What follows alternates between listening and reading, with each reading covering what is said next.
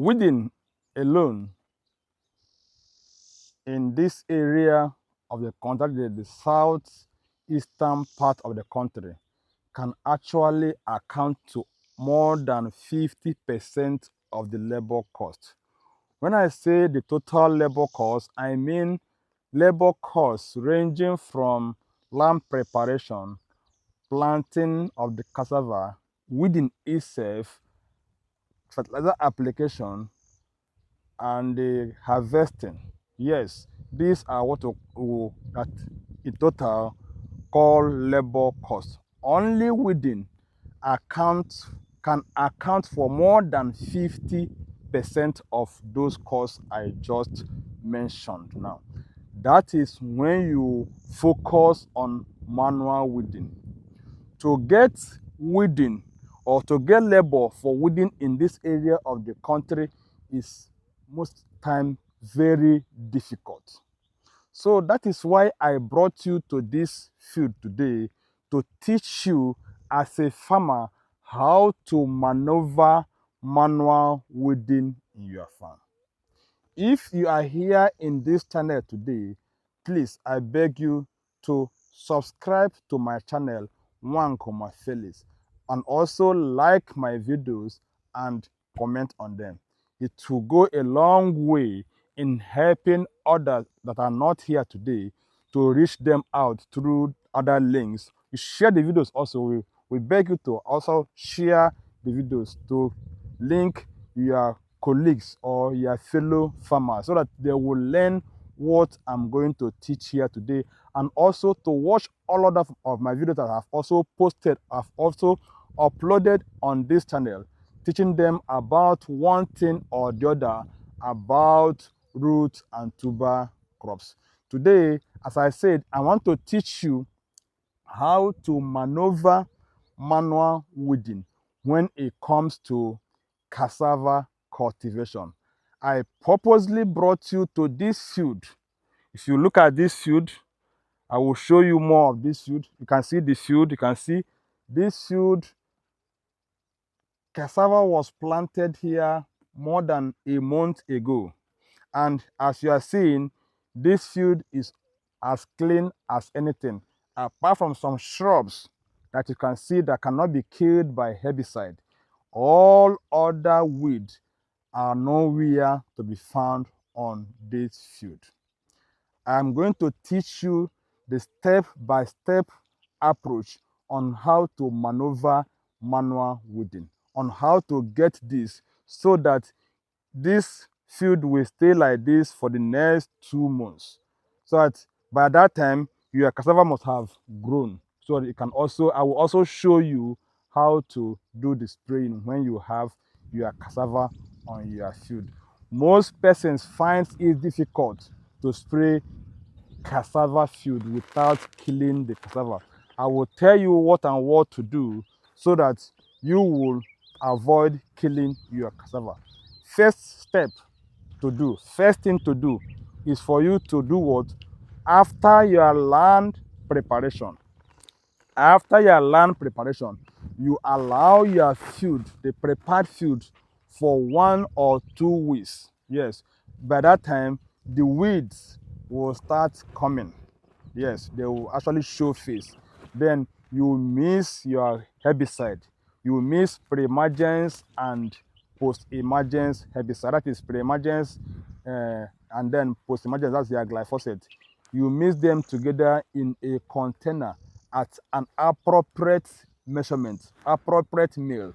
I will tell you the meals you are supposed to miss. Yes, so that you don't overdose or underdose. If you underdose, the grass will not die. If you overdose, it will affect the soil and also affect your stem. So I am going to tell you the proper dose to miss. Then when you miss that, you spray it on that field that has stayed up to 2 weeks after land preparation. Then you leave it for 24 to 72 hours preferably. Leave it for between 24 to 72 hours after spraying. Then come in and plant your cassava. That is especially when you want to plant your cassava, leaving 1/3 outside and 2/3 inside. Then there's another one you can do also.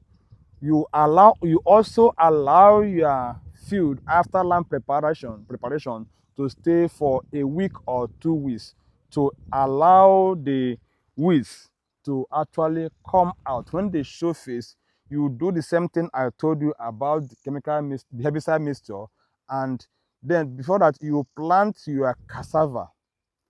Yes, that time we will advise you to do total burial. Don't allow the head of your cassava to show. I will also tell you why you will not allow the head to show.